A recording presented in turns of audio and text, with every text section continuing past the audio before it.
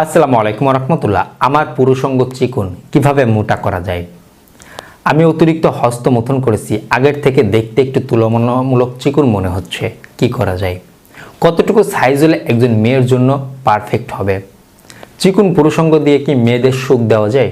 আজকে খুবই সংক্ষিপ্তভাবে দুই ধরনের খাবার নিয়ে আলোচনা করব, যে দুই ধরনের খাবার খেতে পারলে পুরুষঙ্গ হবে অনেক গুণে মোটা।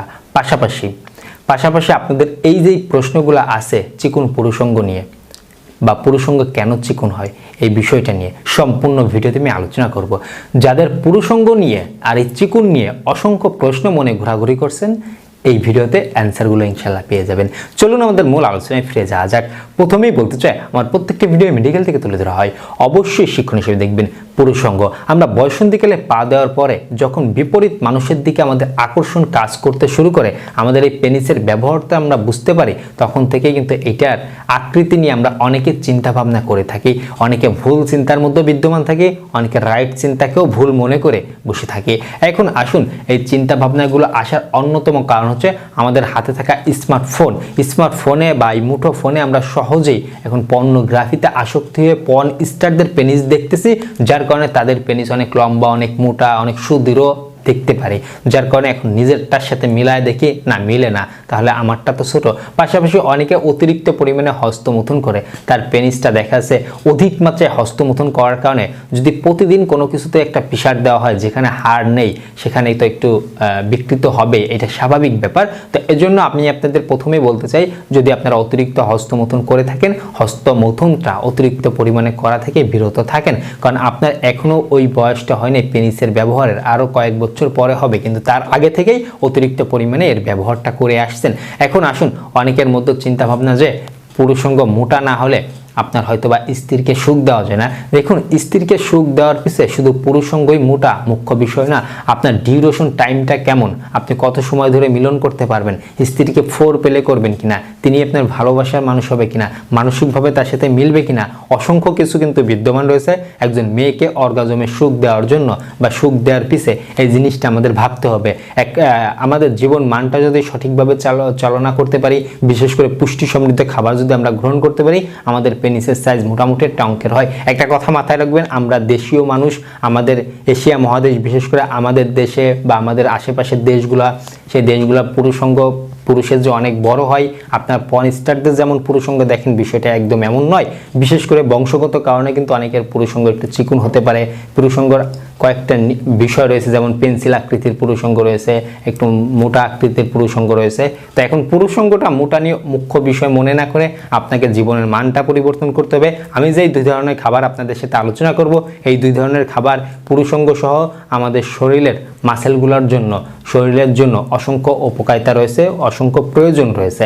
এখন আসুন, পুরুষঙ্গ মোটা করতে কি করবেন। পুরুষঙ্গ মোটা করতে গেলে প্রথমত নাম্বার 1, আপনাকে সকল রকমের বদ অভ্যাস ছেড়ে দিতে হবে। হস্তমৈথুন থেকে শুরু করে বিছানা বালিশের সাথে ঘষাঘষি করা, এই ধরনের বদ অভ্যাসগুলো ছেড়ে দিতে হবে। বদ অভ্যাস ছাড়ার পরে আপনাকে যেই ধরনের খাবার খেতে হবে, তার নাম্বার 1 হচ্ছে জিঙ্ক সমৃদ্ধ খাবার। জিঙ্ক আমাদের শরীরের প্রতিটা কোষেই বিদ্যমান রয়েছে। জিঙ্কের ঘাটতির কারণে আমাদের কোষগুলো দুর্বল হয়ে যায়। জিঙ্ক জাতীয় খাবার খাবেন, যেমন রয়েছে জিঙ্কের মধ্যে বীজ জাতীয় খাবার, যেমন কুমড়ার বীজ রয়েছে, বা এই বীজ জাতীয় খাবার জিঙ্ক জাতীয় খাবার। এরপরে গরু খাসির কলিজা রয়েছে, বীজ জাতীয় খাবার। বিভিন্ন মাছ মাংস রয়েছে, জিঙ্ক জাতীয় খাবার। এই জিঙ্ক জাতীয় খাবার কিন্তু আমাদের সাধারণভাবে কোষের দুর্বলতা দূর করে কোষের সতেজতা ফিরিয়ে দিতে সহযোগিতা করে, যার কারণে এটা আমাদের পেনিসের জন্য ভালো কাজ করে থাকে। আমরা জিঙ্ক সমৃদ্ধ খাবার খাবো। যদি আপনার সহজে জিঙ্ক সমৃদ্ধ খাবার চিনতে হয়, আপনার গুগল সার্চ করেও দেখে নিতে পারেন জিঙ্ক সমৃদ্ধ খাবার। এছাড়া আপনারা বাদাম, ছোলা বুট, ডাল, ডিম, দুধ এইগুলা খেতে পারেন। পাশাপাশি আমি আপনাদের নাম্বার 2তে বলবো, নাম্বার 2তে যেই ধরনের খাবার আমি খেতে বলবো সেটা হচ্ছে দুগ্ধ জাতীয় খাবার। দুধ থেকে শুরু করে দুধের তৈরি যে খাবারগুলো রয়েছে, পনির, ঘি, মাখন, ছানা, দই ইত্যাদি, এই খাবারগুলো কিন্তু আমাদের শরীরের জন্য প্রয়োজন রয়েছে। শরীরের মাসেলের ঘাটতি পূরণ করতে সহযোগিতা করে। তাই যদি আপনাদের পেনিসটা তেমন একটা ভালো সুদূর হয়ে পারে নাই, বা এখনও আপনার অল্প বয়সী রয়েছে, এখন আপনার পরিবর্তন হওয়ার সুযোগ আছে, সেক্ষেত্রে বদ অভ্যাস ত্যাগ করে এই দুই ধরনের খাবার আপনার খাবারের রুটিনে রাখুন।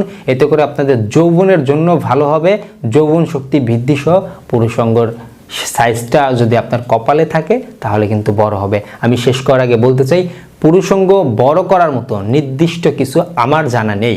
আমি আবারও বলি, কোনো কিছু ব্যবহার করলে, কোনো কিছু খেলে পুরুষঙ্গ বড় হবে, এটা আমার জানা নেই। তাই আমাকে এই প্রশ্নটি করবেন না যে পুরুষঙ্গ বড় করতে কি করব, কি ব্যবহার করব, কোন ওষুধ খাবো, কোন মালিশ ব্যবহার করব, বা কোন তেল ব্যবহার করব। আমার জানা মতে যদি হতো, লাখ লাখ টাকা দিয়ে আপনার থেকে অনেক বিত্তমান ব্যক্তি আছে, অনেক বিত্তমান ব্যক্তি আছে যারা পুরুষঙ্গ তাদের মনের মতন সাইজ করে নিত। আমার জানা মতে হয়তোবা কিছু সার্জারি সিস্টেম থাকতে পারে যা আসলে অনেক ব্যয়বহুল, যা আমরা অনেকেই সাধারণ মানুষ কল্পনার বাইরের জিনিস, সেগুলো নিয়ে আর আলোচনা করব না। নর্মালি টুকিটাকি তেল জেল এই সেই ইত্যাদি মালিশ করে পুরুষঙ্গ বড় হয়, এটা আমার জানা মতো হয় না। বাকিটা আপনাদের ব্যাপার। কিন্তু যদি আপনারা খাবার খেয়ে ভিতর থেকে কোনো একটা পরিবর্তন আনতে পারেন, হয়তোবা তার জন্য আপনার ক্ষতি হবে না, উপকারিতা যতটুকু পান না কেন। আশা করি আপনারা জিঙ্ক জাতীয় খাবার, দুগ্ধ জাতীয় খাবার, এগুলো আপনাদের খাবার রুটিনে রাখার চেষ্টা করবেন। আশা করি বিষয়টা অল্পের মধ্যেই বুঝতে পেরেছেন। এই ছিল আজকের ভিডিও। আপনাদের কোনো প্রশ্ন থাকলে কমেন্ট বক্সে কমেন্ট করতে ভুলবেন না। ভিডিওটি ভালো হলে লাইক করতে ভুলবেন না, বন্ধুদের সাথে শেয়ার করতে পারেন। সকলে ভালো থাকবেন, সুস্থ থাকবেন, সকলে সুস্বাস্থ্য কামনায় আজকের মধ্যে এখানেই শেষ করছি। ধন্যবাদ সবাইকে।